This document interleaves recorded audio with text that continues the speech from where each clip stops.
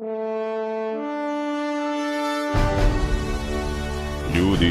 nije sve izgubljeno.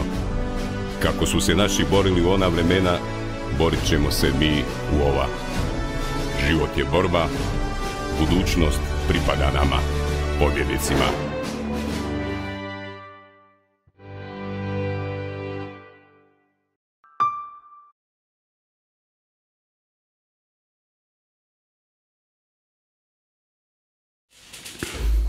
Dragi prijatelji, ta naša draga hrvatska desnica, slavna desnica, je li možda zadnje vrijeme, zadnjih nekoliko godina izgubila dio svoga sjaja? Biti će jedan od razloga i ovog našeg današnjeg razgovora sa gospodinom Igorom Peternelom, saborskim zastupnikom. Gospodine Peternel, dobar dan i dobro. Dobar dan i hvala na pozivu, pozdrav svim gledateljima još jednom. Evo, dragi prijatelji, odmah onaj like da vas podsjetim, pa idemo. Evo, dosta mi ljudi zadnje vrijeme pišu, komentiraju zašto Branka Lozo, zašto ne Tomislav Jonjić i tako dalje. Dajte. Pa dobro, vi ste dali uvodno o stanju na toj sceni, dakle na desnoj sceni. Ja ne bih rekao, dakle, da je stanje imalo lošije. Jednostavno, dok god postoje teme, dok god je u mainstreamu situacija ovakva kakva je, dok vi dobivate ovakve presude, dok se ništa od ključnih tema za ovo društvo nije počelo rješavati i ne ide voda na naš mlin, dakle onako kako mi smatramo da bi bilo normalno, sasvim sigurno će postojati prostor. Da ima problema, sigurno ima.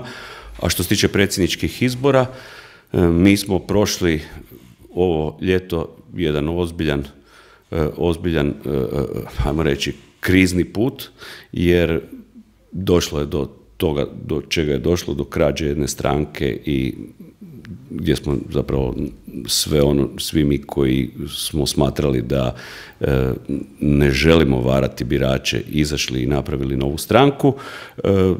Jednostavno shvaćamo isto tako i da je naša dužnost da kao nova stranka, kao parlamentarna stranka, kao stranka koja ima i europarlamentarnog zastupnika, da imamo i svog kandidata, odnosno kandidatkinju na izborima u koju imamo puno povjerenje, koju želimo afirmirati, koju želimo predstaviti hrvatskom narodu, koja ima besprijekornu biografiju.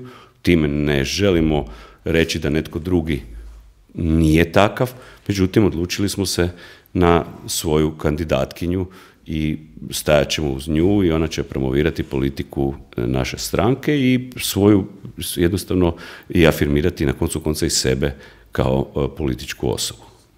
Da, to što se tiče gospodina Jonjića, mogu samo reći da smo mi smo njemu i pružali ruku u smislu da smo ga i podržali kao vanjskog člana odbora, saborskog odbora u prošlom mandatu.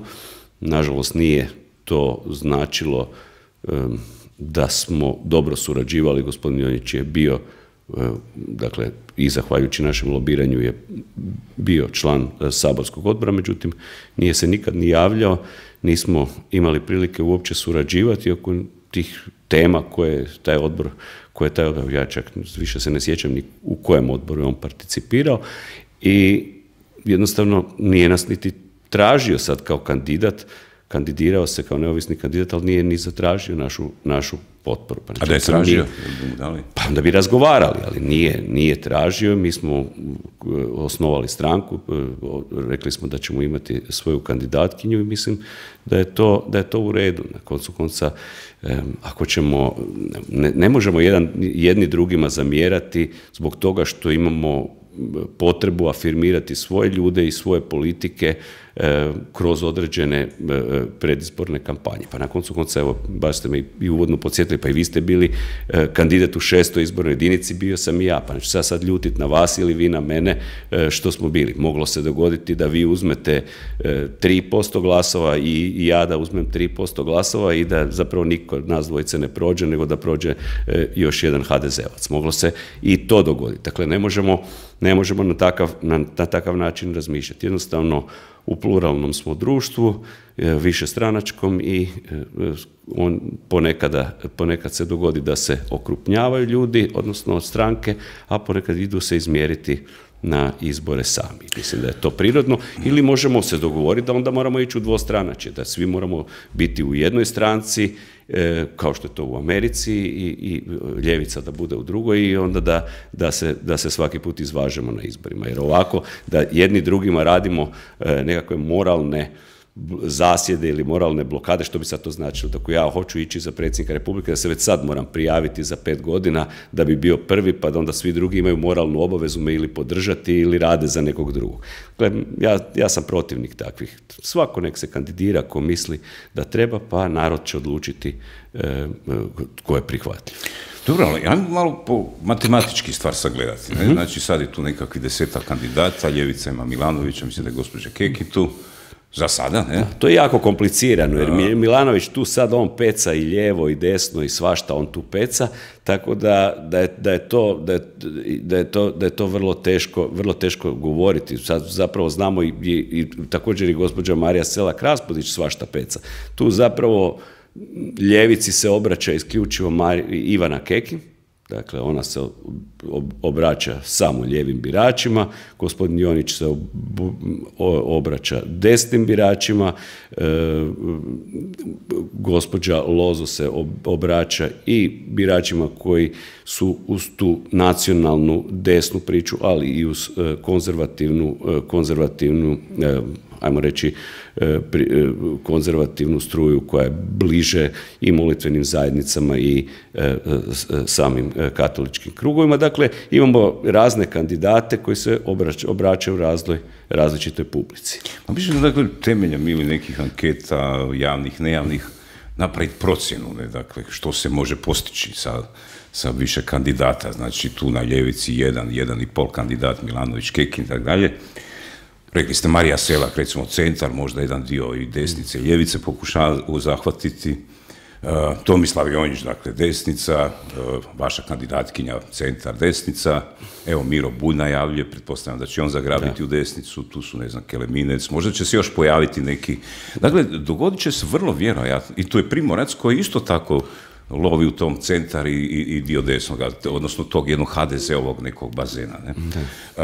Dakle, vrlo vjerojatno će se dogoditi da će onda drugi krug biti Milanović. Hoće li moći netko od ovih kandidata prestići snažnu mašineriju koja će poduprijeti Primorca, s obzirom na to da će biti ovako njih 3-4, vrlo vjerojatno će i gospođa Lozo, i Jonjić, i Keleminec, i Bulj završiti sa nekakvih 4-5%. Šansa da bi to bi se morale poklopiti jako ozbiljno čudne okolnosti da bi mogli reći da kandidati koji nisu dio sistemskih stranaka imaju jako realne šanse za drugi krug. To se dogodilo prošli put sa gospodinom Škorom kao, ajmo reći, osobom iznimne popularnosti u javnosti, koji je mogao okupiti i ljude koji nisu strogo ideološki vezani, nego, ajmo reći, i jednostavno su vezani uz njega i njegovu pjevačku karijeru bili, pa opet nije bilo dovoljno ili je bilo skoro dovoljno. Dakle, to je jako teško i mislim da se svi skupa trebamo potruditi, na koncu konca izaći na te izbore, glasati, ali i u ovoj kampanji osluškivati tko će biti kakav i tko ima realne šanse, jer kampanja još nije ni počela. Dakle, ovo nisu zapravo niti predsjednički kandidati, to su predsjednički kandidati koji su istakli namjeru da to postanu. Znate, nije ni lako skupiti 10.000 potpisa. To je isto, doći će hladno vrijeme, štandovi, kiša, vremensko ograničenje. Vidjet ćemo mi ko će uopće skupiti te potpise, jer za skupiti potpise treba stranačka infrastruktura, malo tko to ima i svatko tko je već sudjelovao u nekim kampanjama zna koliko je to teško. Tako da, naravno, bilo bi bolje da je tih kandidata manji, da se okrupnjuju okrupnjuju ljudi s rodnih stranaka. Ovaj put to nije bilo tako, ali ja zaista tu ne mogu reći da imam bilo kakvu grižnju savjesti. Ja sam sudjelovao, dakle, u Domovinskom pokretu kad smo ga osnivali. Evo, kad je išao prije nego što se Domovinski pokret osnovao, išao je gospodin Škoro, zaista se okupili su se svi oko njega. Domovinski, tada inicijativni odbor tada Domovinskog pokreta je pružio ruku svima. Kad smo išli nakon toga na parlamentarne izbore, zvali smo sve, tražili smo i potporu Mosta i da idemo zajedno sa zajedničkim listama, odbili su. Poslije toga smo nudili suradnju na lokalnim izborima. Stalno nudimo suradnju, pa na koncu s nama u klubu su bili gospodin Hasanbegović i gospođa Karolina Vidović-Krišto i gospodin Ante Prkačin. Dakle, svi ti ljudi su bili s nama, onda su i gospodin Jurčević i onda su odlazili. Mi možemo čak reći da mi lagano imamo i vrlo neugodna iskustva od tog okupljanja. Jer na koncu konca kome god smo pružili ruku, a nije bio dio naše stranke, vrlo brzo je otišao svojim putem. Međutim, znamo i svjesni smo upravo ovo što vi govorite, da bez tog zajedničke suradnje teško može biti ozbiljnih uspjeha, a ne mislim tu ozbiljnih uspjeha da netko dobije sinekuru ili neku fotelju, nego da se konačno nešto počne u Hrvatskoj mijenjati, da se stvore zdravi odnosi, odnosno brojčani odnosi takvi da sistemske stranke budu prisiljene mijenjati temeljne politike. Nažalost, uz sve uspjehe Domovinskog pokreta, koji je bio uvijek treći u svim ovim izborima u kojima je sudjelovao, nismo došli do toga da se stvorili matematički uvjeti da sistemska stranka, a što je sad u ovom slučaju HDZ, mora mijenjati svoju temeljnu politiku. Ja kažem još jedanput, ova kampanja će pokazati tko što nudi i onda jednostavno na biračima, na hrvatskom narodu je da prepozna tko se u toj kampanji pokazao kao osoba od najvećeg, ajmo reći, i povjerenja, ali i ko je dovoljno kapacitativno sposoban da eventualno postigne takav uspjeh i da se eventualno približi drugom krugu. Da, dosta ljudi koji su tu s nama, naši gledatelji, u nekim komentarima i mailovima koje dobivamo, priželjkuju da se dogodi promjena na mjestu predsjednika države, a da to nije ni Milanović ni Primorac, nego da dođe netko, kako se kaže, iz naroda, dakle neko ko bi zagovarao one neke klasične, tradicionalne hrvatske interese. Još jednu stvar, Tomislav Jonjić je ovih dana ponudio da se svi ti kandidati koji su formalno iz tog jednog desnog prostora, da se nađu negdje i da se proba stvoriti jedan dogovor, da svi zajedno podupru jednog kandidata, pa i on čak spreman, ako je to neko drugi, da onda on odustane od kandidature. Što mislite o takvoj ideji? Ako je moguće da se sjedne za stol, da se pregovara, ja sam u takvim pregovorima bio puno puta, kažem još jedanput ću ponoviti oko parlamentarnih i oko lokalnih izbora i da sad nudim oko lokalnih izbora u Zagrebu. Spreman sam kao jedan od čelnih ljudi, dakle i potpredsjednik Skupštine i čelnih ljudi u stranci Domino, dakle dominacionalno okupljanje, spremni smo ponuditi bilo kakav model da bi se išlo ojačano protiv Tomaševića. Naravno da ću podržati i prijedlog da predsjednički kandidati koji gravitiraju, dakle koji se obraćaju sličnim biračima, da sjednu i da razgovaraju, naravno. Ajde, nadam se da će gospodin Jonić čuti ovaj vaš odgovor, jer je onda to jedan prilog onome što je u nazivu vaše stranke. Ajmo, dakle, da vidimo što se to dogodilo, dakle, u Domovinskom pokretu ovog ljeta, da su stvari završile kako su završile, ne? Pa, dogodilo se ono što su mnogi očekivali da će se dogoditi. Ja zapravo ne znam do kraja pravu istinu. Pravu istinu ćemo vjerojatno tek saznati ili možda nećemo saznati nikad. Što se dogodilo da su čelni ljudi, dakle, danas čelni ljudi takozvanog Domovinskog pokreta, to više nije Domovinski pokret, to je takozvani Domovinski pokret, oteta stranka, dakle, preko noći odlučili uništiti stranku, jer objektivno imali su sve. Oni su 1.7. imali sve. Dakle, nas nekoliko koji smo bili nezadovoljni jer smo vidjeli da smo od birača 4 godine tražili potporu za promjenu ideološkog smjera ove zemlje i ovog društva, a dobili smo Ministarstvo poljoprivrede i gospodarstva. Shvatili smo da se radi o prevari birača, ali smo u sebi brundali. Imali su kontrolu stranke, kontrolu kluba, kontrolu blagajne, sve su imali. I išli su prvo kooptirati nedemokratski, pokazivati mišiće i nakon toga na izborni sabor u kojem nisu dali niti da raspravljamo o amandmanu, da u 21. stoljeću glasamo između više kandidata tajnim glasanjem. Dakle, radilo se o, ja sam to tada ocijenio kao uličnoj pljačci u organizaciji jedne bande, to nisam rekao vruće glave, danas mislim još gore o tome. Dakle, tu se radilo o preotimanju stranke i praktički ugradnji stranke u HDZ. Oni su danas poslušniji HDZ-ovi vojnici od pojedinih zastupnika HDZ-a. Pa pogledaj, jeste vidjeli neki dan gospodina Kukavicu kako nije mogao ni prokomentirati ovaj slučaj Dubrovnik, niti ništa. Dakle, oni nemaju hrabrosti čak niti komentirati.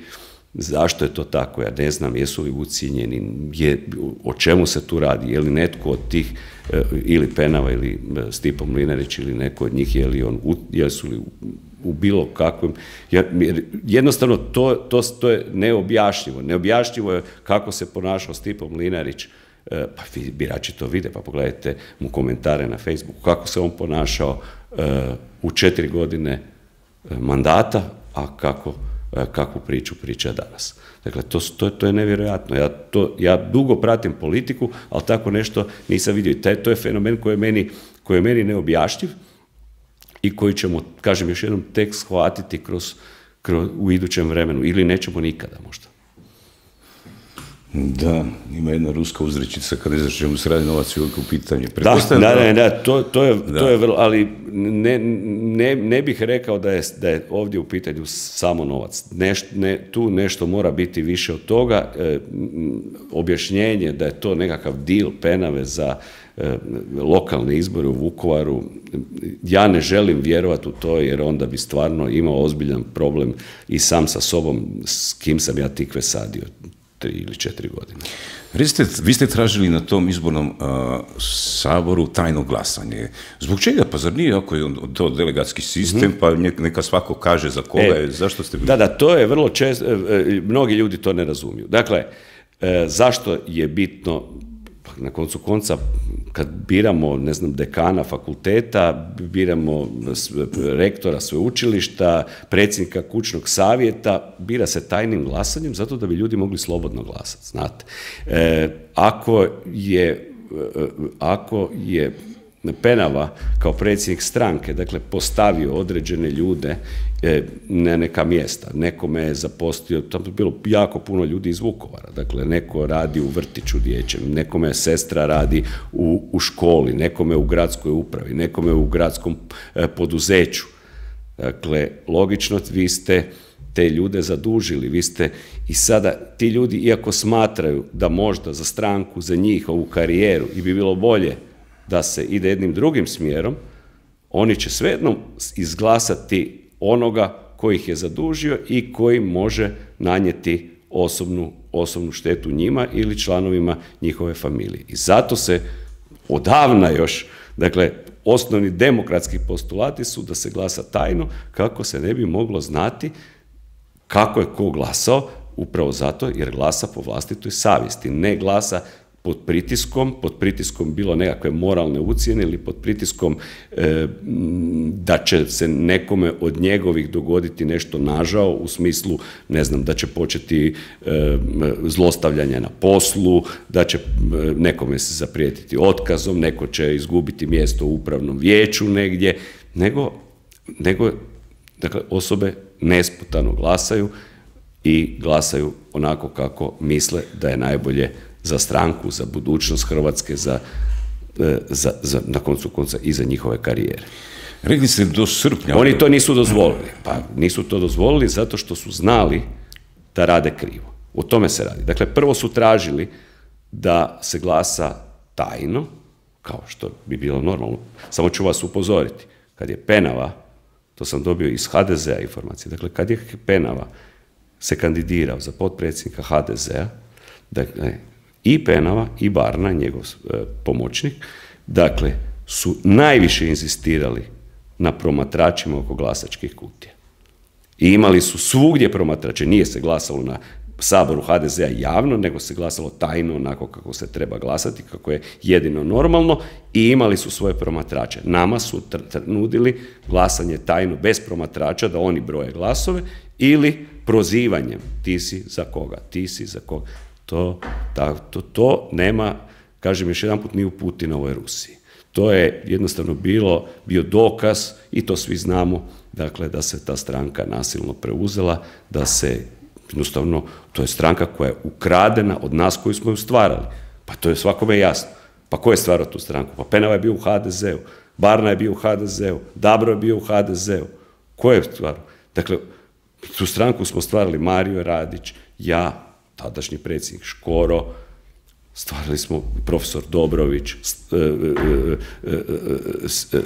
gospodin Bartulica. Mi smo tu stranku stvarali, mi smo svi otišli, a ostali su oni koji su naknadno došli. Dakle, jasno vam je o čemu je tu riječ. Da. Kažete, srpanj ove godine punu kontrolu nad strankom je Ivan Penava imao. Što se onda to dogodilo da on početkom 8. sazvao taj izborni sabor? Ko je to bio ta kap koja je nešto preokrenula? Koji događaj? Gospodin Penava je znao da je ova situacija dugoročno nemoguća.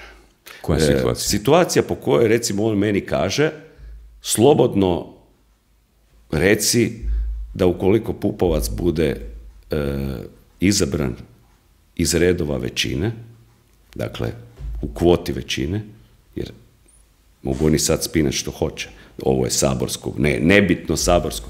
Gledajte, nema izvršne vlasti, zakonodavne vlasti.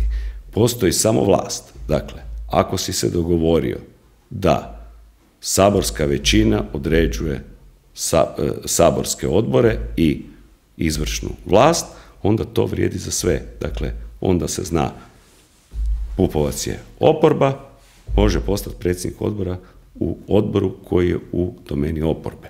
Ne može postati predsjednik odbora u domeni koji određuje vlast. I to glasovima HDZ-a i SDP. Jer onda su u koaliciji HDZ i SDP, a ne HDZ i Domovinski pokret. Dakle, oni se prave blesavi i pokušavaju praviti birače blesavima, ali to im ne uspijeva. Dakle, onog trenutka kad je meni rekao Penava, reci da ukoliko Pupovac bude na taj način izabran, ovaj ugovor o koalicijskoj suradnji više ne vrijedi, a nakon toga je reterirao i ostavio me, zapravo, kolokvijalno bi se reklo kako, jel? Sjećam se te vaše u tom trenutku je on znao da će takvih situacija na jesen biti puno. Pa je onda došlo izvješće pravobraniteljice, ta pravobraniteljica je više u Možemo nego i Ivana Kekin, pa je izvješće druge pravobraniteljice. Dakle, to su sve situacije gdje je zapravo Penava shvatio da je to politika kontinuiteta HDZ-a. I da se ona neće mijenjati, da će na svakom glasanju biti neugodnosti i da ćemo mi neki koji ne želimo varat birače i lagati ih, da ćemo se protiv toga buniti. I onda je osjetio da je sada trenutak, a s gospodinom Radićem već prije od slaganja izbornih lista, gdje je gospodin Mario Radić kao osnivač te stranke i glavni autoritet, dakle, nemojmo se varati, dakle, nikada Penava nije bio kod nas osobiti autoritet, dakle, gospodin Mario Radić je uvijek bio u stranci glavni autoritet, jer jednostavno je čovjek koji ima nevjerojatne organizacijske sposobnosti, koji je uspio stvoriti tu stranku. Znate koliko je teško stvoriti stranku, dakle, od inicijalnog odbora pa do strukture na terenu. To je ogroman posao i svako ko je to radio vrlo dobro zna koliko je to težak i kompleksan posao. On je to sve uspio napraviti i on je samim tim svojim radom zapravo stekao autoritet. I to je bilo jasno, Penava nije mogao to podnijeti i on je zapravo želio zavladati strankom da se riješi gospodina Radića, po mogućnosti mene i još nekolicine ljudi. Vidjeli ste i sami kako se ponašao prema gospodinu Bartulici u kampanji, on ga je praktički već otpisao, na izborima mu je dodijelio, 13. mjesto za parlament. Dakle, on je otpisao određen broj ljudi, nas su osnivača te stranke i preko tih izbora je želio to provesti u djelo. Eto, sad mu je uspjelo, pa neka vidiš zapravo što je politika. Tek sad shvaćaju što je politika. A dobro, kad kažete Mario Radić je bio glavni autoritet u stranci. To ne možete stvoriti, to jesi ili nisi. Izborne liste su bile vrlo neobično sastavljene. Sastavio ih Ivan Penava i gospodin Barna. Kako to ako je Mario Radić bio glavni autoritet? Kako se to dogodi? Vrlo jednostavno. Dakle, upravo i to je bio moj uvod. Dakle, statut je pisan krivo i to smo mi svjesni. Dakle, statut je dao za pravo predsjedniku stranke da sastavlja liste. Čak i nije do kraja, ja smatram da nije, jer piše predsjednik stranke podnosi liste, ali ih odobravaju kao organizacijske jedinice, što bi značilo da recimo za izborne jedinice koje su u Zagrebu, onda bi trebao ja kao predsjednik Zagrebačke organizacije suodlučivati o tome, međutim predsjednik stranke se uopće nije pojavljivao u Zagrebu, on je to u Vukovaru sastavljao te liste, pa to su bili bizarne situacije. Ja sam predsjednik bio Domovinskog pokreta grada Zagreba, mene zove profesor Prosperov Novak, zove me Slaven Dobrović, moj zamjenik, di sam ja, na koje sam listi, pojma nemam, dakle ja nisam, mi smo, pola njih je u novinama saznalo, dakle s portala je saznalo na kojem je mjestu i u kojoj izbornoj jedinici.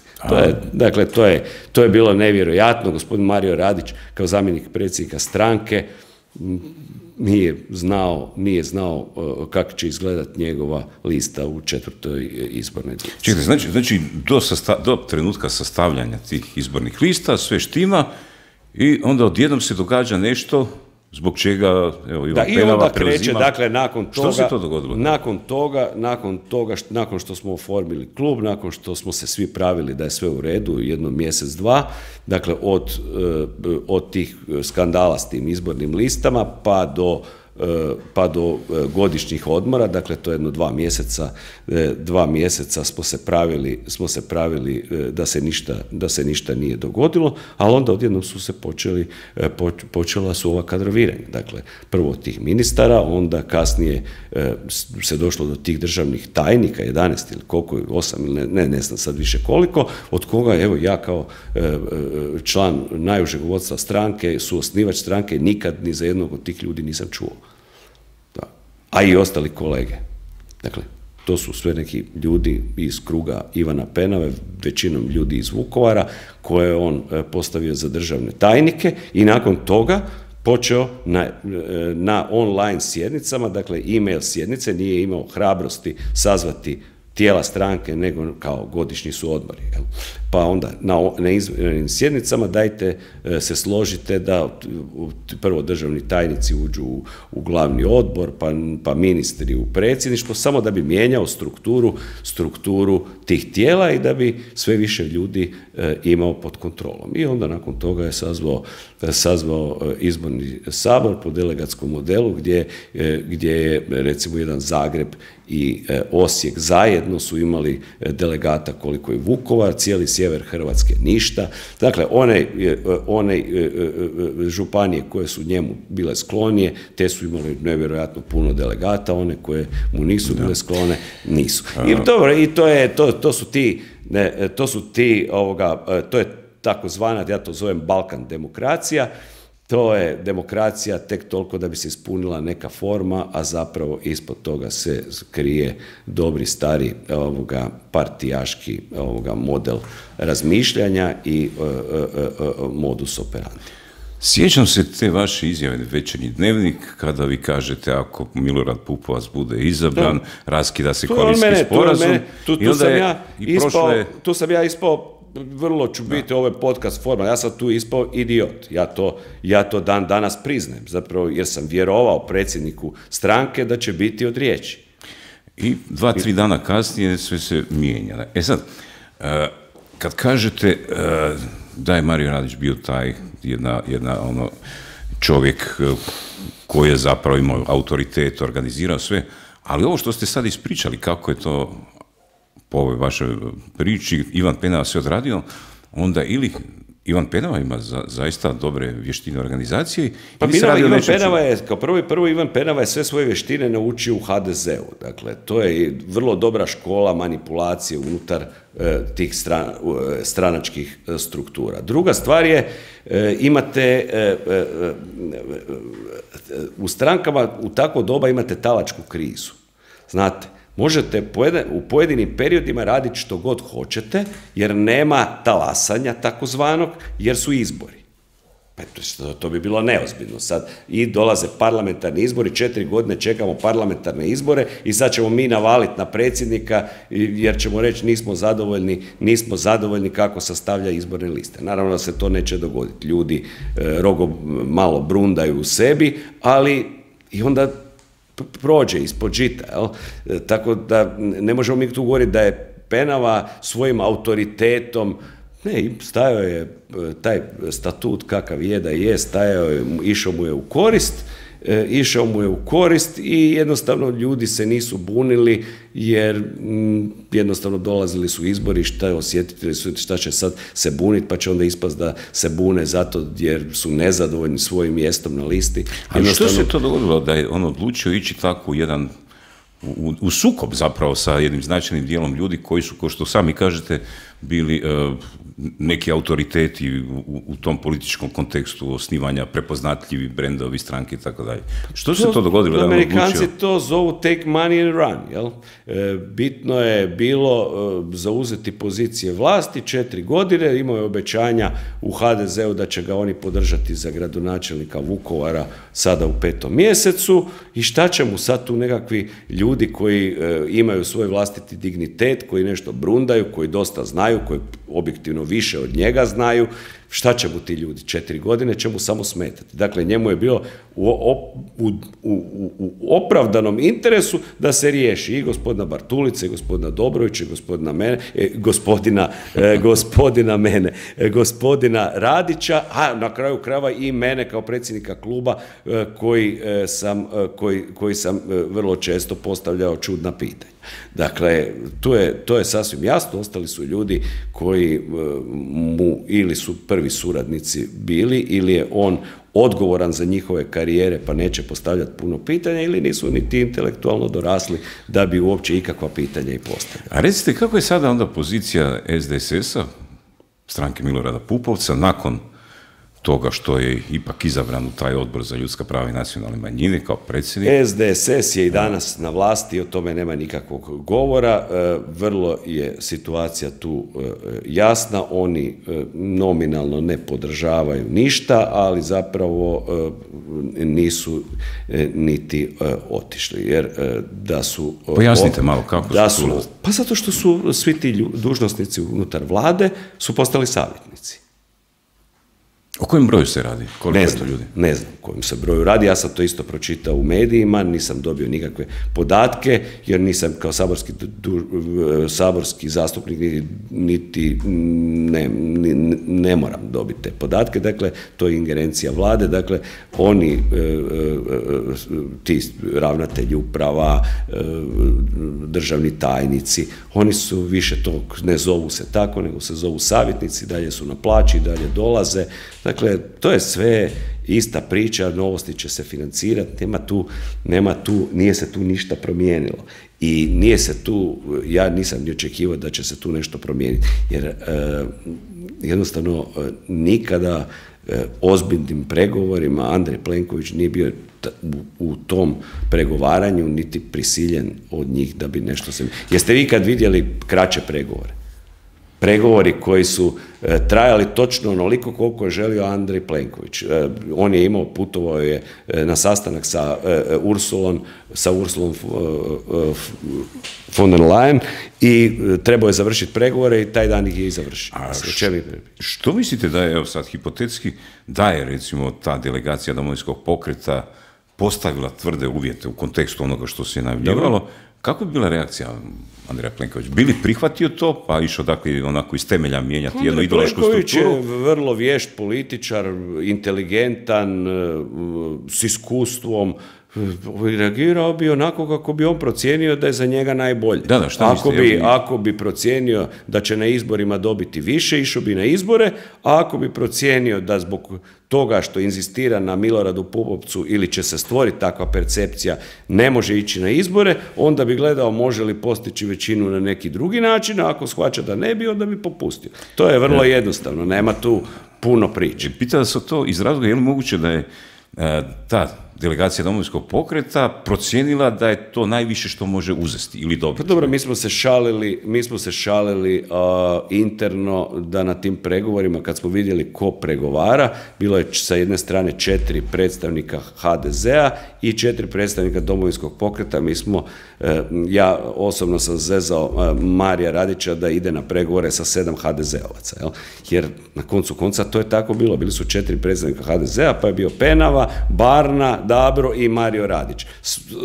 I Penava, i Barna, i Dabro su stigli k nama iz HDZ-a i to su ljudi koji su i dalje strukturalno dio HDZ-a. Dakle, gospodin Radić je tu morao pregovarati sa 7 HDZ-ovaca i to čim sam ja vidio kako će izgledati pregovarački naš tim, ja sam znao da od toga nema ništa. I da je to propala priča. Neki kažu da je to bila, da je zapravo cijela ta priča sa Domovinskim pokretom bila neka igra HDZ-a da se uzme taj dio, pa da je Šeks tu odigrao, pa ti neki udbaš. Možemo li ući u tak neki prostor zavjere, pa da vidimo da je to zapravo rezultat neke vješte igre HDZ-a? Ja ne želim ući u prostor zavjere. Ne želim. Na tragu ovog što ste vi rekli o potrebi okupljanja, ja mislim da je to i potrebno. Dakle, Domovinski pokret, ako vi hoćete reći da je on trebao biti kao kontrolni mehanizam HDZ-a, možemo se dogovoriti da je to točno. Dakle, da se uzmu desni glasovi i da se tim desnim glasovima prisili sistemska stranka da provodi jedan dio desnih politika. Ok, ja s tim nemam problem. Jer bolje da ti birači izađu i da prisile, da stvore snagu preko Domovinskog pokreta tadašnjeg, da se HDZ prisili da ne provodi politike srpskog sveta, nego da provodi politike koje su vama i meni drage. Je li to ok i legitimno? Dobro, je li moguće da se dogodilo nešto drugo, da je HDZ napravio jednu političku formu koja će pokupiti određeni glad i onda u jednom trenutku... Gledajte, ja sam možda u tome onda sudjelovao da nisam toga bio svjestan i to je moguće, ali to je glupo. Jer to je za jednokratnu upotrebu. Ako idete to gledati ovako kako ja vam govorim, onda to možete raditi za idućih 30 godina. Onda možete to raditi za idućih 30 godina. Dakle, HDZ može ići po birače i centra i svoje tradicionalne birače, a desni birači znaju da imaju stranku od povjerenja koja će u datom momentu prisiliti HDZ matematički, političkom ucjenom u parlamentu, da se one stvari koje su nama bitne, da se provode. Da se sudstvo uredi i pravosudni sustav da se uredi na način da ne sudi Dežuloviću na jedan način, a vama na drugi. To je poanta. I to, ako se postavi na zdrave noge, može funkcionirati dugo. Ovo ne može funkcionirati nikad. Evo, ok, sad je prošlo, idući puta više nikada Domovinskog pokreta neće biti na mapi. To je sasvim jasno. To je onda glupo. I nećete moći tako napraviti svaki, pa šta vi mislite, da će sad hrvatski narod baš povjerovati, pa će svake godine mu Šeks servirati neku drugu strančicu za koju će on glasati, pa to ne ide tako. To ne ide tako. Ja sam uvjeren, ne bih se s vama složio da je to bio nekakav plan, zato što... Dobro, ja pitam, ja ne znam. Zato što, ne, nikako, pogotovo što se ne bi išlo onako, baš grubo kako se išlo. Pa pogledajte kako danas izgleda oporba, dok tog Domovinskog pokreta koji je prošli mandat bio u oporbi, nema u oporbi. Pa ni ne mogu ništa. Dakle, sad se vidi koliko je Domovinski pokret bio agresivan prema HDZ-u tada. Što ćete vi, koliko je znači sada zastupnika, koliko očekujete u nekom skorijem vrijeme da će ih biti u vašem zastupničkom klubu i hoćete li poduprijeti vladajuću većinu? Pa evo, ja sam danas bio na glasanju, glasali smo i dalje, s obzirom da nemamo ni klub ni ništa, ostali smo u tom smislu dio većine da podupremo ono što nije sporno i što nije ideološki neprihvatljivo i to nije uopće nikakav problem. Ono što mi želimo je imati klub da bi mogli pregovarati. Imati klub, dobiti registraciju stranke od ministarstva i kad imamo ja još uvijek sam nezavisni zastupnik, ne daju mi u tajništvu Sabora ni da se registriram kao dobi nacionalnog okuplja jer nemamo završenu registraciju. Kad dobijemo registraciju, kad se gospodin Biloglav uspije vratiti u Sabor jer kad mu istekne ovih 6 mjeseci moratorija, pa Penava izgubi jednog zastupnika, pa eventualno se riješi pitanje gospodina Hasanbegovića, odnosno mi smatramo da on se mora mu se omogućiti da postane zastupnik u Saboru, obzirom da je iza Kolakušića koji je dao ostavku čovjek sa najvećim brojem preferencijalnih glasova, a i drugi na listi, tako da bi njemu ili mandatno-imunitetno ili Ustavni sud trebali dati zeleno svjetlo za ulazak u Sabor. Onda ćemo imati klub, imat ćemo čak i dovoljno velik klub, on se može još i proširiti određenim zastupnicima, ali o tome naknadno i onda ćemo razgovarati. Dakle, razgovarati ako možemo napraviti takve pregovore u kojima bi se došlo do ispunjenja naših traženja u smislu određenih ideoloških zaokreta, onda možemo razgovarati o suradnji, ako ne, nećemo surađivati, to je to. Postoji li mogućnost da vi u svom klubu okupite toliko zastupnika da da dovedete u pitanje postojanje vladajuće većine? Pa gledajte, to je sad vrlo teško špekulirati. Ne zna se šta će biti sa ovim procesom gospodinu Kajtaziju, to nemamo pojma. Ne znamo što će biti, znamo da će gospodin Biloglav aktivirati mandat, ne znamo što će biti sa gospodinom Hasanbegovićem, ne znamo kako će se ponašati i neki, gledajte, ova situacija prošli put u Domovinskom pokretu kad je bio oporba je bila taka da je krenuo sa, ne znam koliko, 12 zastupnika, završio na 6. Gledajte, ne zna ni koliko će gospodin Josić, svi ovi ljudi koji imaju svoj vlastiti integritet, gospođa Lipovac i slični, dakle, koliko će dugo oni tolerirati da zapravo su se izgubili, jednostavno identitetski da su se izgubili. Imate li neku komunikaciju s njima? Da imaju stranku koja na društvenim mrežama ne smije dopustiti komentare. Znam Josića. To je sramota. Imate stranku koja ne smije dopustiti do komentare, se boji kakvi bi ti komentari, ne mogu ih stići, obrisati kakvi oni jesu. Dakle, na koncu konca, mi smo se to već pitali, što određeni zastupnici sa integritetom i poštenjem Domovinskog pokreta današnjeg imaju od toga što ta trojica su u vladi. Što oni imaju od toga? Što Josić ima od toga što su Dabro, Šušnjar i Šipić ministri? Kad se ne provode politike Domovinskog pokreta zbog kojih je Josić ušao u Domovinski pokret. Što Kukavica ima od toga što vodi klub koji sudjeluje u većini gdje su trojica ministri, a sam Andrej Plenković kaže da je to vlada kontinuiteta. Dakle, a kontinuitet je čega? Onoga protiv čega su oni bili 4 godine. Dakle, tu su postavljaju ozbiljna identitetska moralna pitanja na koja će oni sami sebi morati odgovoriti. Kako će vrijeme ići, ja mislim da će neki od njih imate li otpadati. neku komunikaciju, recimo s Josićem ili s nekim od ljudi? S njim se uvijek lijepo pozdravim, uopće ga ne smatram ništa odgovornim za ova pitanja. Evo, čujete li od njega, dakle, mišljenje? Ne, i da sad čujem, ne bi ja sad to vama prepričavao, jer nikada ne prepričavam razgovore na kavi, dakle, to ne dolazi u obzir, ali sasvim sam siguran da će ti neki ljudi koji nisu direktno vezani, dakle, karijerno na Ivana Penavu, da će razmisliti o tome što rade i je li to ono što su očekivali oni ljudi koji su za njih glasali. Koliko je saborska većina sad? Bila je nešto 78, koliko je sad trenutno?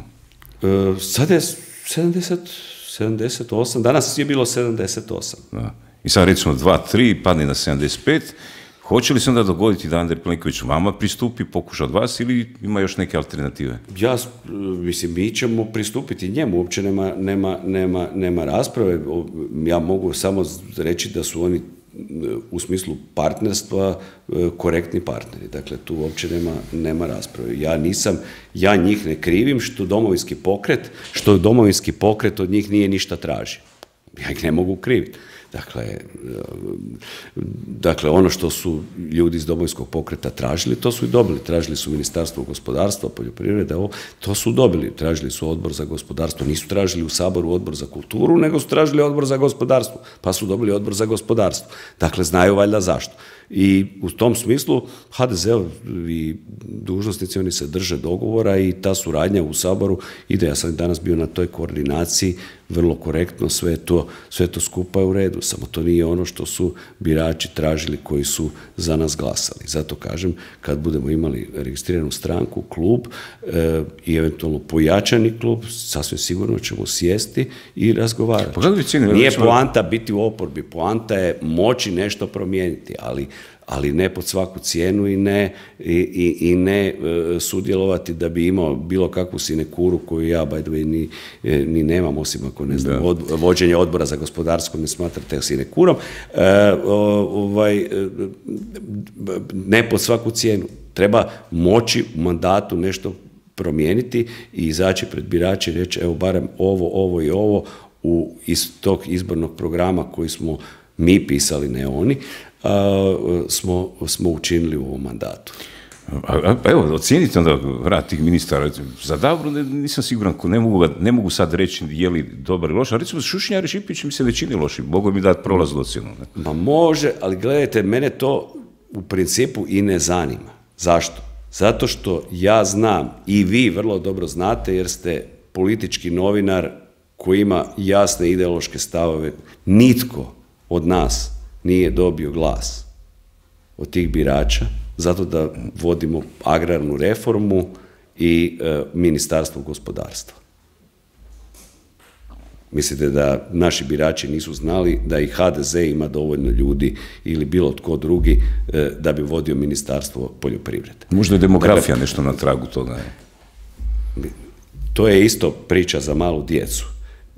Demografski programi se mogu uspješno provoditi jedino ako su sinergija svih ministarstava i oporbe.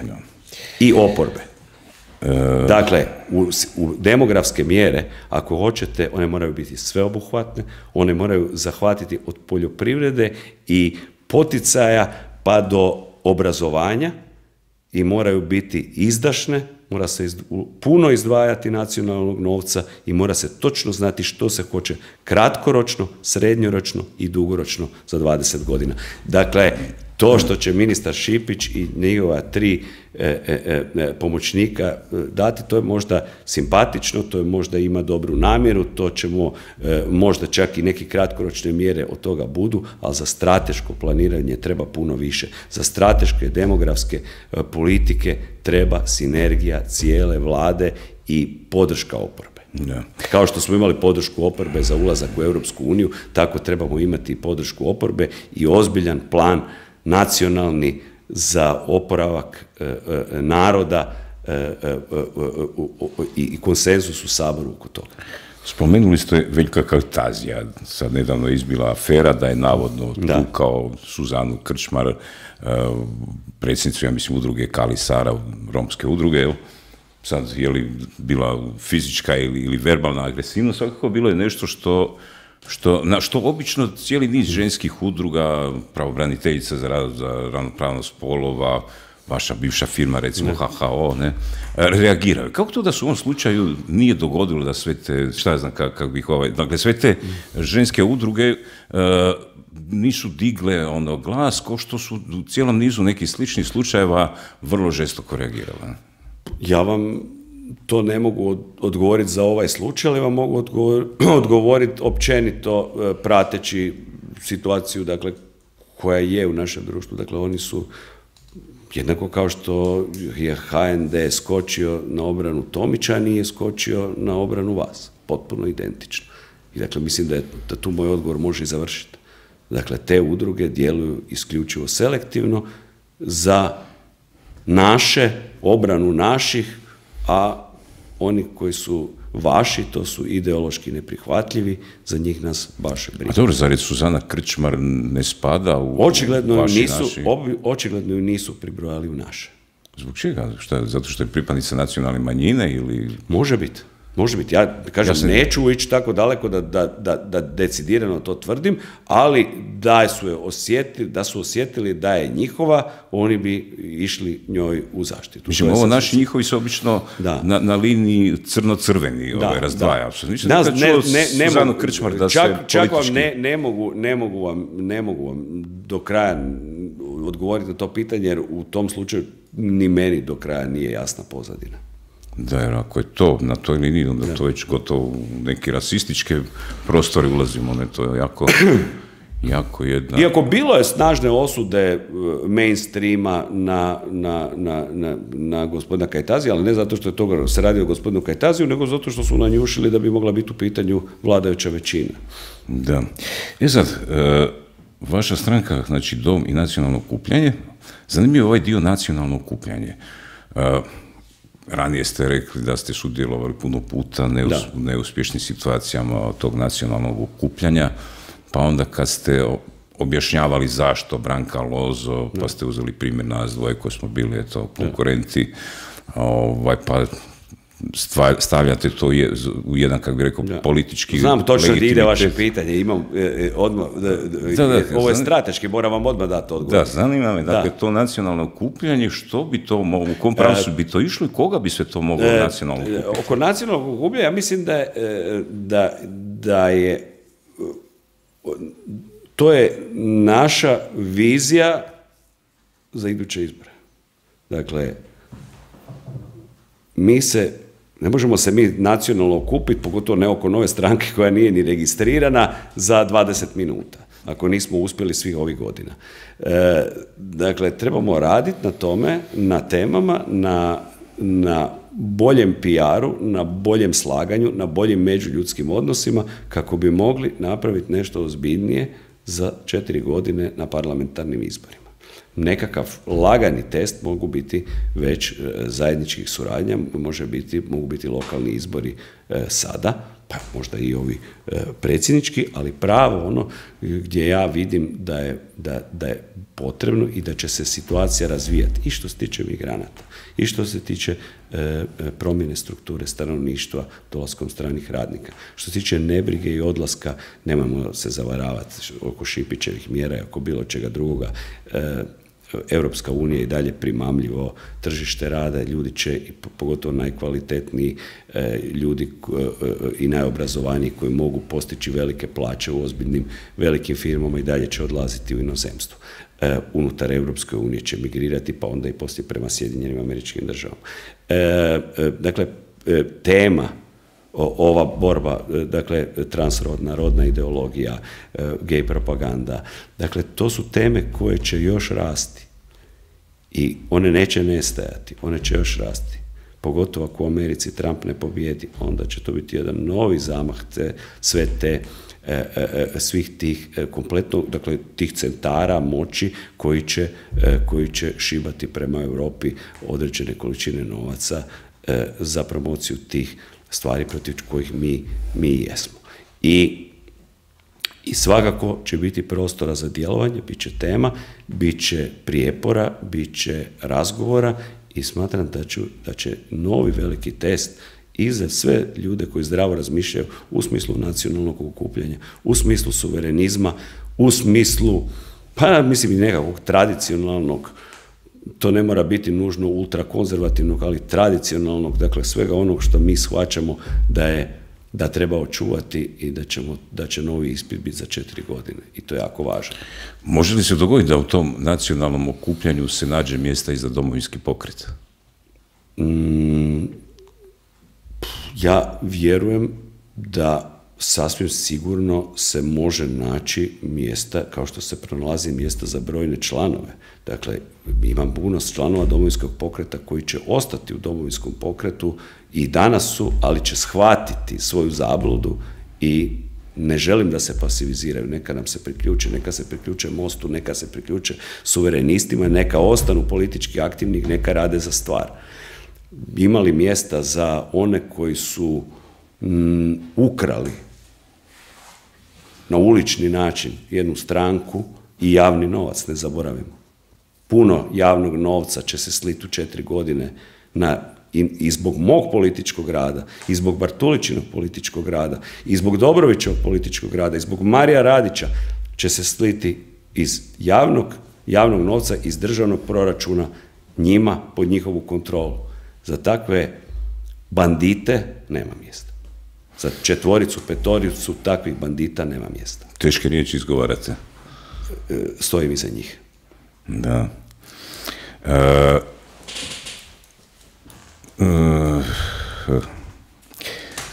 Ovih dana je bila aktualna tema oko mogućnosti da nekoliko hrvatskih časnika ode u Njemačku obučavati ukrajinske vojnike. Sad tu je nastala jedna polarizacija. Kakav je stav vaše stranke o toj temi?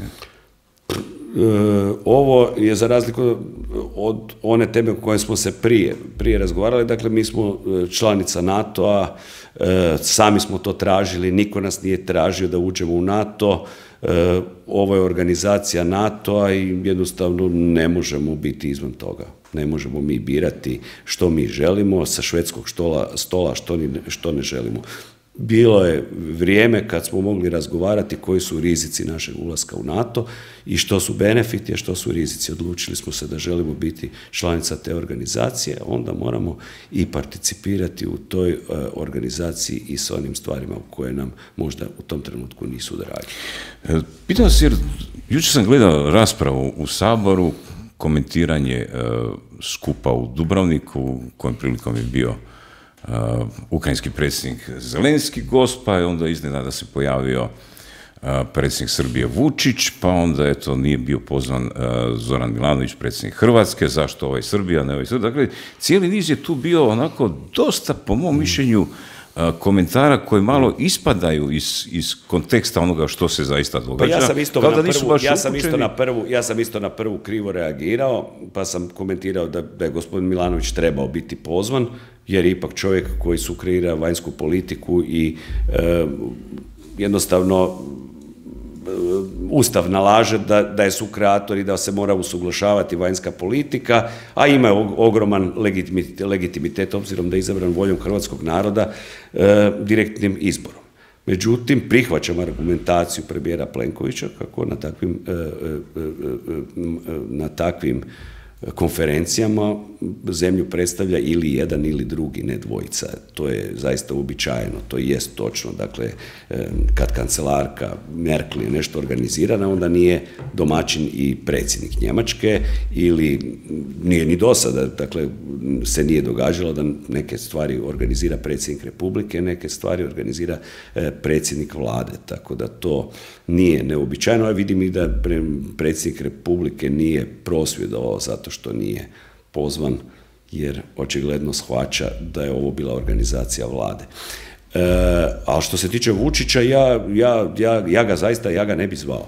Ja ga ne bi zvao i to ne sad iz nekih populističkih pobuda, već zato što naši su odnosi vrlo loši.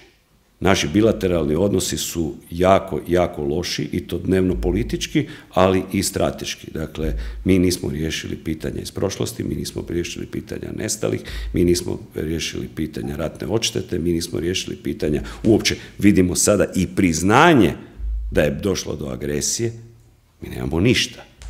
Dakle, ništa nemamo, mi nismo riješili pitanje granice, a da ne govorimo da su nam dnevno politički odnosi katastrofalni i sigurnosni.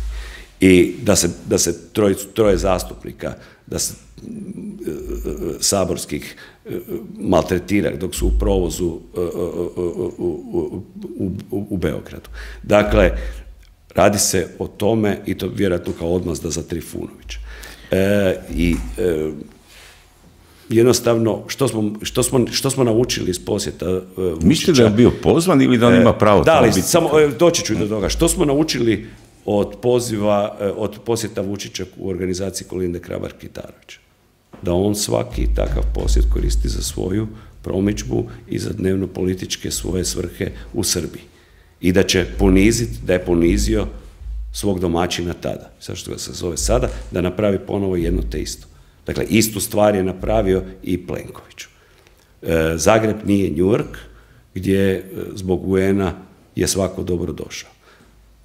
Mi smo članica Europske unije, mi smo članica NATO-a, samim tim imamo usporedbi sa Srbijom određene prednosti u smislu autoriteta i trebali bi taj autoritet i koristiti.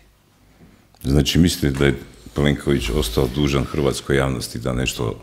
Pa na koncu konca vjerujem da će premijer Plenković objasniti svoje motive, ako na koncu i tu je i ministar vanjskih poslova koji to može objasniti. Da. Ja kažem još jedanput,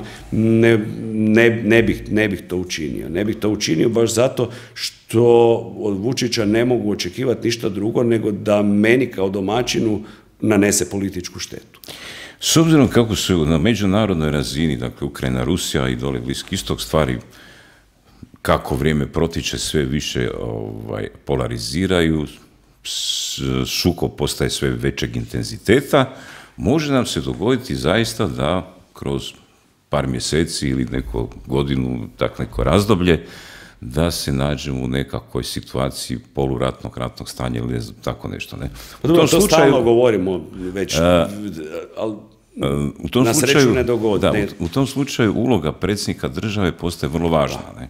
Ne? Sad, što bi u takvoj situaciji značilo ako Milanović ponovo bude izabran, pa smo mi sad u nekakvom ratnom stanju, imamo predsjednika, odnosno vrhovnog zapovjednika vojske koji je stalno u nekoj polemici sa predsjednikom vlade, a što bi recimo u tom slučaju značio izbor, eto, neki alternativa, ne? Pa, meni je to sad zaista u tom sigurnosnom smislu teško govoriti. Sasvim sigurno da nemam neko povjerenje u Milanovića, na koncu konca meni on sve pokazao u svom premijerskom mandatu. To je bio prava izvršna funkcija u kojoj smo mi svakodnevno očajavali zbog njegove politike.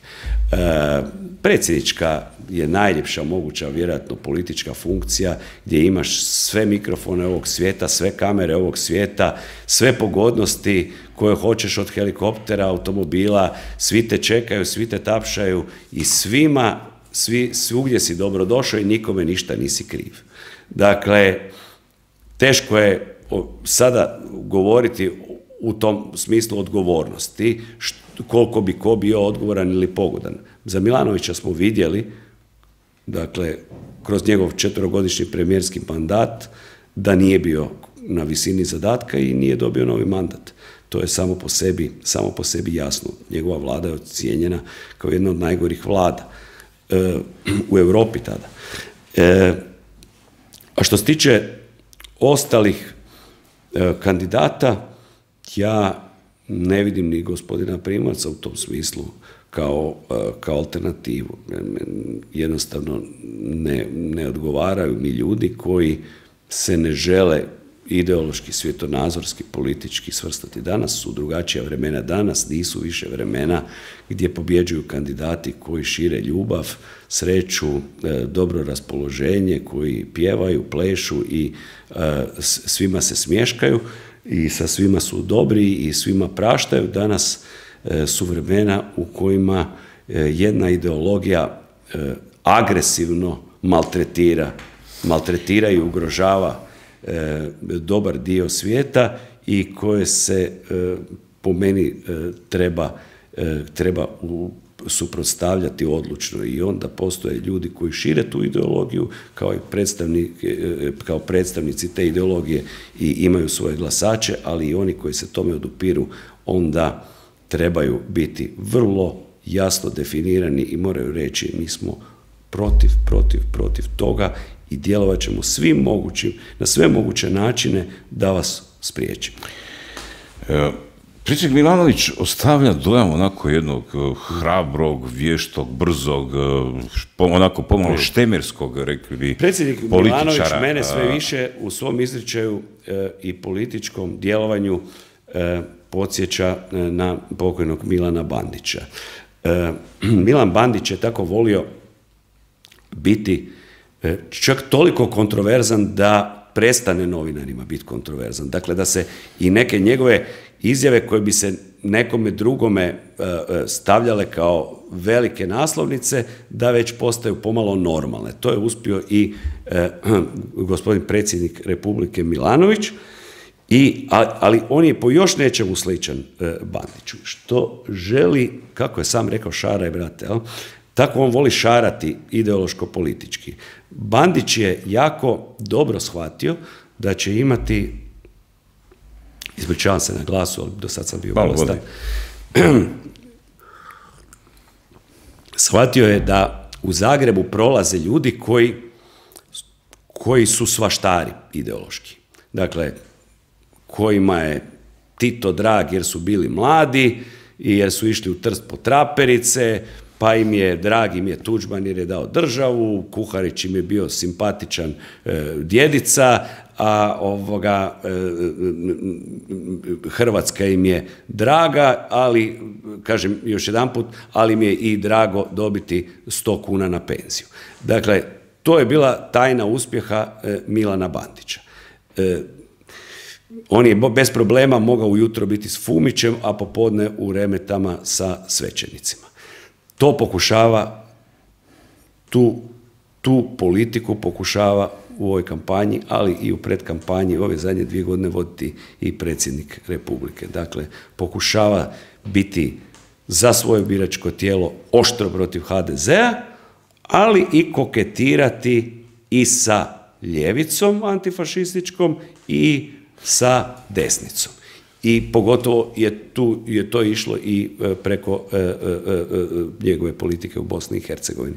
Tako da on je tu dosta i kopira, dakle, stil Milana Bandića, jer je procijenio da je to dosta široko biračko tijelo, a vidjet ćemo na kraju na izborima je li to pogođeno ili nije. Znači, mislite, prilagođava se ljudima s kojima se trenutno nalazi. Tako je. Znači, to objašnjava njegovo ponašanje u Crnoj Gori kad se slika ispred podmornice. Pa jeste i vi slično primijetili u njegovom ponašanju zadnje 2 godine? Pa evo sad baš gledam ovo kad je došao tamo, Andrija Mandić i još dvojica koji su bili persone non grata, on sad kaže da to nije. Znači, kao da se dodvorava tamo njima u Crnoj Gori. Ne? Da, jednostavno širi bazu, a pokušava ovu svoju najtvrđu nikako ne izgubiti time što svaka 2 tjedna će nešto oštro ili svaki 10-ak dana nečim oštrim će poklopiti HDZ. To će ipak neke ljude malo zasmetati, a Crnogorci ne glasaju za predsjednika Hrvatske. Ne? Zašto je to tamo? Dobro, ne mogu ja sad, nisam ja u njegovom PR timu da znam zašto, ali prepoznajem te elemente. On će bez problema, isto tako kao što kažem, još jedan put što je radio Milan Bandić, on će bez problema ručati sa Gotovinom, večerati sa Fumićem, otići na skup antifašista, pa će pod HOS-ovom zastavom nešto dijeliti i praviti se da to nije vidio. Dakle, on s tim nema problema i računa da će ga taj duboko državni medijski mainstream neće toliko napadati, obzirom da igra kontra HDZ-a, da ipak može politički preživjeti. Meni se čini da je to dobra računica koju on ima i da je to relativno dobitna kombinacija. Jer bi Milan Bandić dodijelio besplatno grobno mjesto, počasno čak Budimiru Lončaru, ko što je Tomislav Tomašević to učinio? Pa ne znam, možda bi, ali svakako je za osudu ovo što je napravio gospodin gradonačelnik grada Zagreba. Mislim, otkud njemu pravo dodjeljivati javnim novcem grobna mjesta. Milanu Bandiću nije dodijelio ništa, ali je dodijelio Budimiru Lončaru, dakle čovjeku koji je ne samo što ga optužuju da se nije kvalitetno ponio u vrijeme Domovinskog rata, jer po meni nije tu on imao baš toliku važnost, ali njegova uloga u poraću onog rata je po svim svjedocima jeziva, pogotovo ono što se događalo u Zadarskom kraju, gdje on direktno rukovodi određenim dakle, službama. To je bilo strašno i njegova uloga je sasvim sigurno toliko negativna da smo na simboličnoj razini ilustrirano društvo, onda se ovakve stvari i ovakve skandali ne bi događali. Službeni glasnik grada Zagreba 2. listopada kaže značajnim osobama. Ne? Po čemu je to on zadužio hrvatske za mene, građane? značajan je, da, u negativnom smislu je značajan. Ali znači, ne ide tu neko objašnjenje onda koje opravdava to zbog čega mu je Da, znate sami koje je njihova suobjašnjenja. Dakle, on je njima značajan diplomat. On je njima značajan diplomat svjetskog kalibra koji je surađivao sa Brandtom i sa ne znam kim sve ne, na nesvrstanima.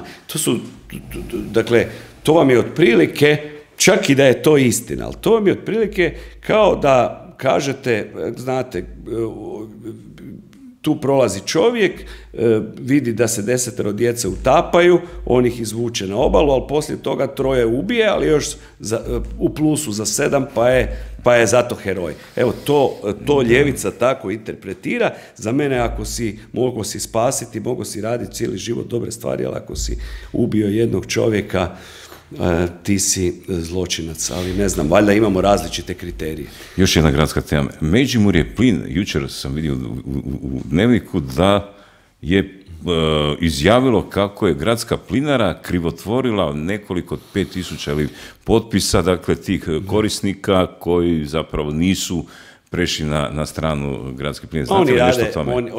Oni sad rade predizbornu. Tko oni? Dakle, oni stvaraju predizbornu histeriju, kao što su nekad radili protiv Milana Bandića, sad im je Milan Bandić, im je Međimurje plin. Dakle, izgubili su na natječaju, ne znaju to kvalitetno voditi i Međimurje plin je dobilo na natječaju. Ja ne kažem da vjerojatno HDZ preko tih regulatornih tijela nije to malo pogurao, da oni to izgube. Ne ulazim u to, ali činjenica je da su izgubili, činjenica je da im se takve stvari stalno događaju i sad se vade, sad apeliraju na savjest građana grada Zagreba, spasimo gradsku plinaru, ko da je sad gradska plinara, ne znam, nulti spomenik kulture koji mi moramo spašavati i za njega davati, što još najbolje da ćemo donacije davati za spas gradske plinare. Ako niste znali, građani grada Zagreba na moje veliko razočaranje i tugu su im dali ogromno povjerenje. Ako nisu znali sačuvati gradsku plinaru, pa nek propadne gradska plinara i nek propadnu oni na izborima. Što da sad radimo? Sad mi moramo svi, sad moramo okriviti Međimurje plin što se bore za svoj kruh. Mislim, to su nevjerojatne stvari, to je patetika čista. Veliki pionir Peđa Grbin je postao bivši šef SDP-a, sad je na njegovo mjesto Hajdaš Dončić došao. Već se tu čuju neke kadrovska neslaganja. Što mislite, postoji mogućnost da će ljevica, odnosno SDP pod vodstvom Hajdaša Dončića postati nešto što toliko nedostaje Hrvatskoj, a to je hrvatska ljevica, ili će ostati na tragu? Pa ja očekujem da će Hajdaš Dončić biti bolji predsjednik SDP-a od Peđe Grbina. Mislim da će biti bolji. Peđa Grbin je potpuni antitalent. Evo danas sam uslušao neke govore u Saboru, vidi se da je bio na nekim govornim vježbama i vježbama javnog nastupa, pa ima pa napadno kao neki loši glumci oko nekih stvari kojima treba samo mirno i trezveno nešto reći. On viče, on gestikulira. Dakle, to su naučeni političari, wannabe političari. Zašto mislite da će Hajdaš Dončić biti bolji? Pa mislim da on je nekako smireniji, on je nekako da li je on materijal za nešto više, nemam pojma, ali mislim da će za njih biti uspješniji, jer mislim, teško je biti neuspješniji. Dobro, on je bio u HDZ-u, je li on tu... Od Bernardića i Grbina je teško biti neuspješniji, a taj Hajdaš Dončić je bar taj vodio je stranku tamo gdje su bili uspješni, to je Zagorje, jel? Da, mislim, ima li to ta neka nacionalna komponenta kod njega da će ta ljevica biti malo... Ne znam, ne poznajem ga dovoljno. Problem nije u vodstvu, mislim, imali nacionalni problem je u članstvu. Što članstvo od tebe očekuje, jel? To je ono. Imali te nacionalne komponente u članstvu, koje suditi po mladim članovima, što sam ja jučer izbačen iz gradske skupštine, mlada njihova nada, pa pričala je ko da slušaš neke sekretarke s koja u mom djetinstvu. Dakle, kada ćete vi, gospodine gradonačelniče, zabraniti klečavcima da dolaze, uzurpiraju javni prostor, njih treba potjerati. Tako i cura od 20 godina govori u gradskoj skupštini grada Zagreba. Kako se ja pobunio, pa me Klisović izbacio sa sjednice. Ako je to budućnost SDP-a, onda nema toga ništa znati. Kako mlad čovjek dođe do takvih stavova da postavi takvo pitanje? Što mislite? Ne znam, još je... Ne mogu... Vjerojatno kućni odgoj, nema druge. Kućni odgoj, s koljena na koljeno. Pa što onda ti ljudi... Jer ne mogu reći, ovaj put ne mogu reći da za takve stavove da je odgovorna čak niti mainstream mediji, niti škola. Za to može biti odgovorna jedino kuća. Što onda oni cijelo jutro internacionalno slušaju? Ne, slušaju kako slušaju kako su ljudi koji se mole primitivni, kako ugnjetavaju žene, kako se žene smatraju nižim bićima, kako su ovakvi, onakvi, kako uzurpiraju, kako su agresivni, kako žele okrenuti mladež.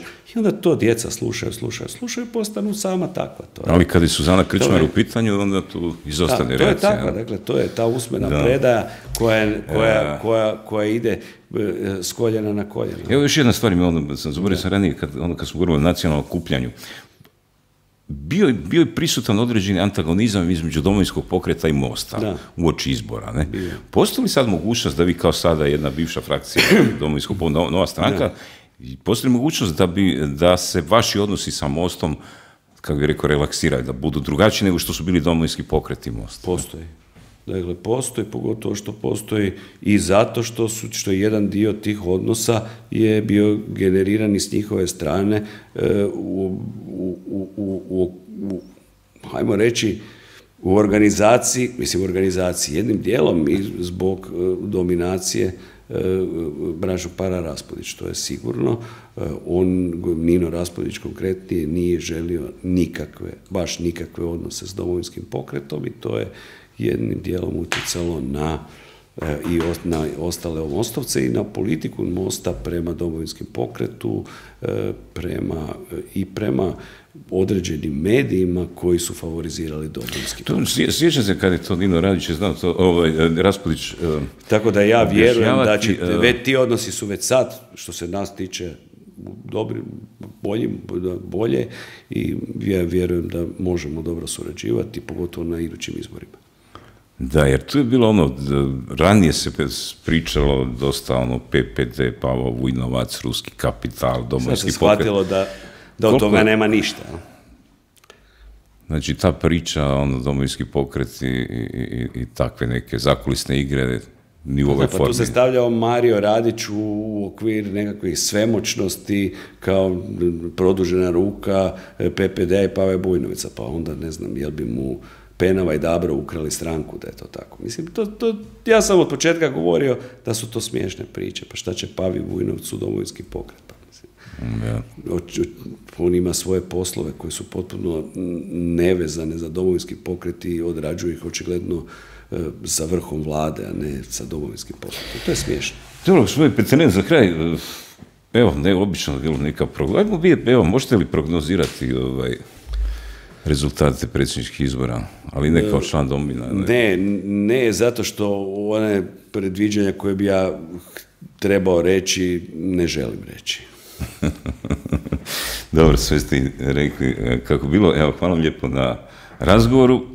Samo očekujem, evo, kao član stranke Dom i nacionalno okupljanje i bez ikakvih pretenzija da bilo što ružno kažemo bilo kome, smatram da je naša kandidatkinja odlična, neopterećena, nema nikakvu mrlju iz prošlosti, sveučilišna profesorica, majka, stručnjakinja i izuzetno politična osoba koja zna, koja cijeli svoj život živi u Hrvatskoj, odgaja ovdje djecu, dovela je djecu, izvela ih na pravi put i zna što ovoj zemlji treba. Dobro. Želim puno sreće, pogotovo u ovom drugom dijelu naziva vaše stranke Nacionalno okupljanje. To je bio puno puta i mantra koju smo mi tu ponavljali u našim nekim čežnjama da se to konačno dogodi. Pa evo, drago mi da je netko to prepoznao kao jednu od potrebnih političkih. Hvala vama na pozivu i prilici da kažem iskreno ono što mislim. Eto, toliko za sada. Dragi prijatelji, dakle, Nacionalno okupljanje će, nadamo se, ipak, makar evo, za sada formalno, vidit ćemo, možda od toga nešto bude, a mi ćemo i dalje to mantrati našu priču o tome, možda nam sljedeći tjedan dođe netko iz Domovinskog pokreta, pa ćemo vidjeti koliko su pozicije blizu ili daleko. Toliko za sada, vidimo se ponovo za 48 sati.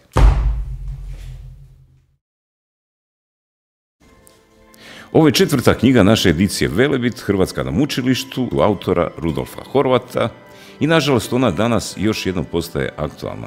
Iako danas nitko ne napada hrvatske granice, iako velikosrpski nasilnici ne bombardiraju naše gradove, mi danas, kada smo konačno stvorili vlastitu državu, ipak još jednom osjećamo, nažalost, ugroženost svoga identiteta.